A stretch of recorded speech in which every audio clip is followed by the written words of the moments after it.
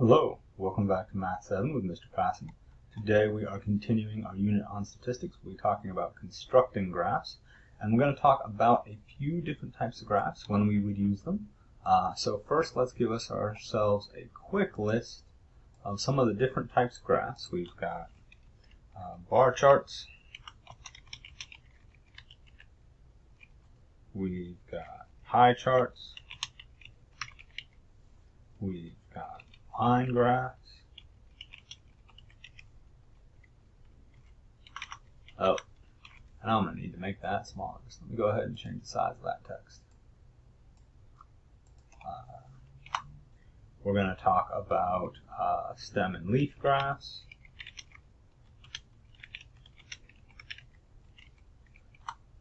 And then we're also going to talk about dot plots, histograms, and of course we've already talked about these a little bit, but box and whisker plots.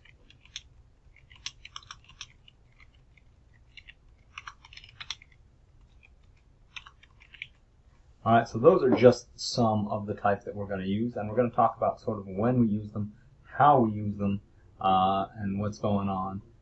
All of them are meant to sort of represent data in an effective way that someone can look at the chart and understand some piece of information better than they could understand it before.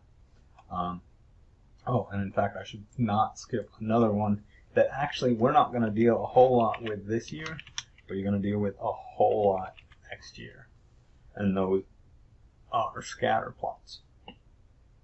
Alright, so what we are going to look at are sort of some of these. We're going to worry about constructing them, figuring out what are some of the good rules for making them, but firstly we're going to actually practice through our assignment, because honestly they do a really good job of explaining it in the explanations, and I'm hoping that in showing you how to read through the examples, we're going to show you how to use ALEKS a little bit more effectively, and how to sort of teach yourselves a little bit when you have a resource like it. Alright, so we've got our assignment here, and I'm going to pretend that I don't know how to do any of these. Okay, so we're going to read through, and we're actually going to look at the explanation every time, and we're going to learn how to use the explanations. So Kiko asked her classmates to choose their favorite fruit. Shut up. With the tally table below. Now a tally table is just where you put your categories, and then you can make a mark anytime someone answers and you fill in what category. How many students chose grapes? And we can look down here.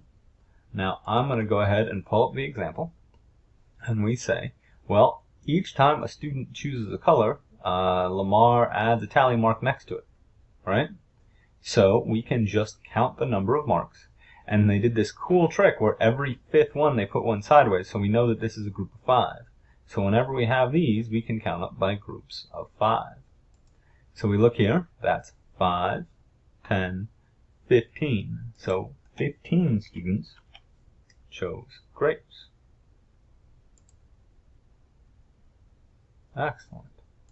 Let's take a look at another one.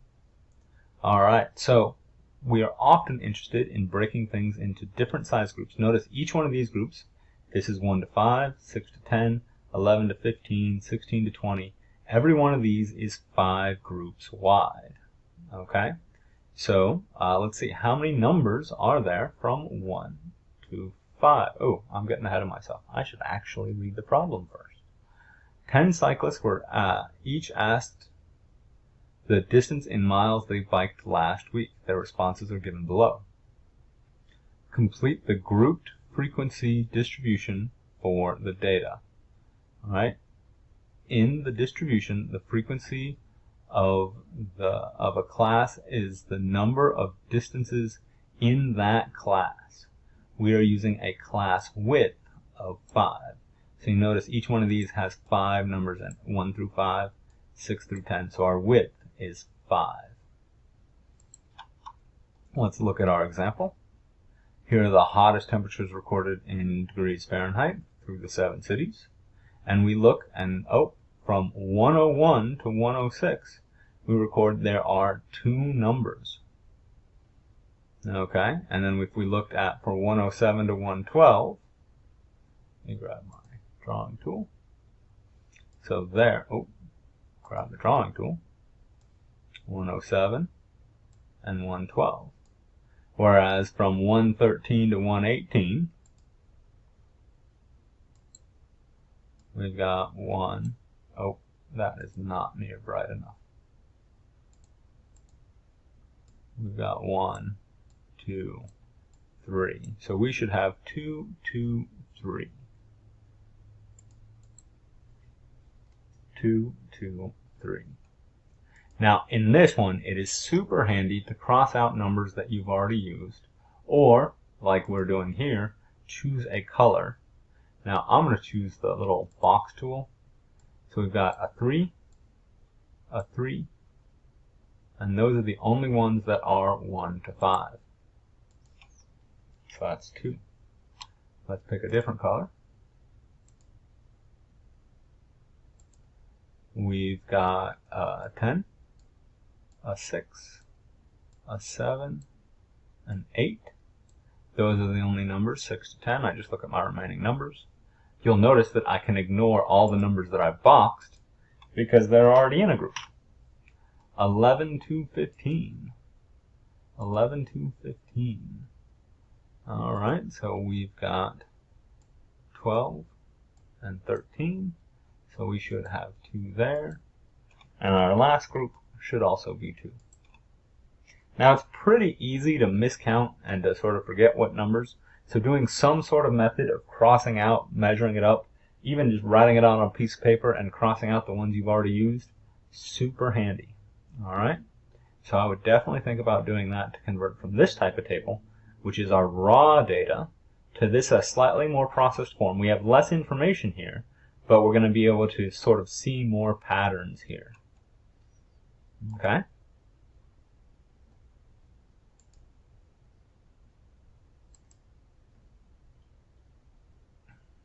Okay.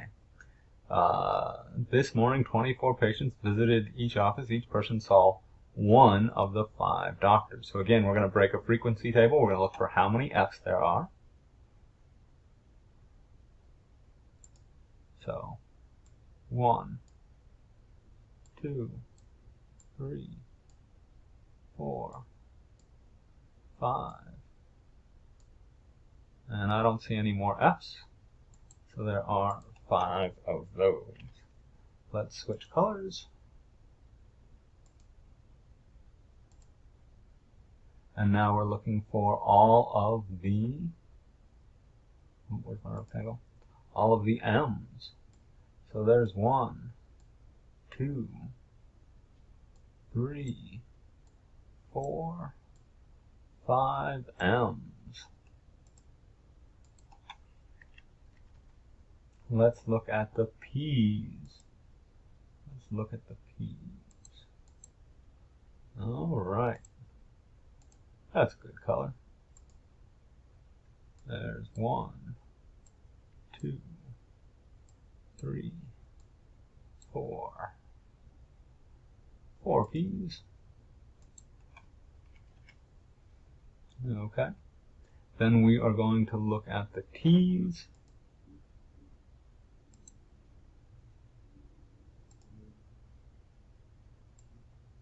1, 2, 3. 3 T's. And finally the W's. So we've got 1, 2, 3, 4, 5, 6. Ooh, I missed an F. So my F should not be 5. My F should be 6. Alright. So grab that little color there. Oh, did I pick it? Didn't pick it. Let me see if I can scroll in and grab it.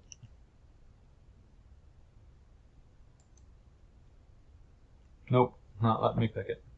A bluish color. A darker bluish color. Something like that.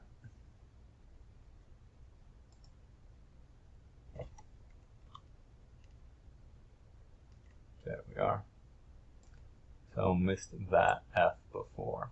Now, one thing that I do want to check, because I definitely made a mistake there along the way, is make sure that these numbers add up to the same amount of numbers that we have here. We should have 24 here, which is 1, 2, 3, 4, 5, 6, 7, 8. 8 times 3 is 24. Let's do our running tally here. So we got 6 plus 5 is 11. 11 plus 4 is 15. 15 plus 3 is 18. 18 plus 6 is 24. We have accounted for all 24 numbers. Alright. Now, these doctors are affiliated with 4 major medical groups, but not every doctor is affiliated with every group. The table below shows the groups and the doctors affiliated with them. How many patients went to see doctors affiliated with CityMed Medical Group? So CityMed includes everyone in F and T. Okay, so we're going to look at our F, our 6, and our T, which is 3, so that's going to be 9. Alright, so that's 9 patients there. Okay, so notice that processing the information made it a lot easier to answer this one. Okay, cool. Again, we're going to break down that frequency table, and we're just going to count how many in each one of those groups. Okay. Now, we're going to try something slightly different. So among the 7th graders surveyed, so each of the 65 students in grade 7 or 8 were asked, what is your favorite sport? Here are the results. Among the 7th graders surveyed, 12 chose football and 8 chose basketball. So we're going to put a 12 here, and 8 here, and 16 chose tennis. Among the 8th graders surveyed, we said 5 chose football, 10 chose basketball, and 14 chose tennis.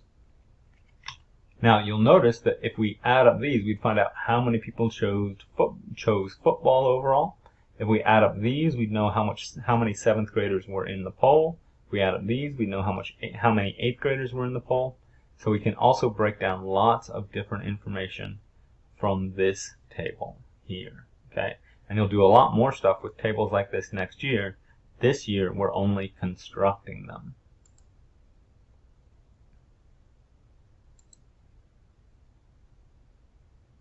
Alright, draw a line plot. So let's see, we've got a 6, we've got another 6, we've got a 4, then we've got another 6, then we've got another 4, then we've got another 6, then we've got another 4, then we've got a 9, then we've got a 6, then we've got an 8, and then we've got a 9. So for every time there was a mark, I put a little X on it, and I got through my whole list. This is a line plot. Now we can do the same thing here. Chinese class measured the lengths of 8 pencils. So we're going to do the line plot except for its fraction. So we've got 6 1/4, 6 1/4, 6 1/4, 6 1/4, that's those 4. We've got a 7. We've got a 7 2/4, also known as 7 1/2, 7 3/4, 7 3/4. Let's just make sure 1, 2, 3, 4, 5, 6, 7, 8. There's 8 numbers here and 8 numbers there. Alright. So now we've looked at simple ways that we can take physical data and look at how it's distributed. I hope that was helpful. Go ahead and practice the assignment in ALEKS, and then we'll talk about more next time.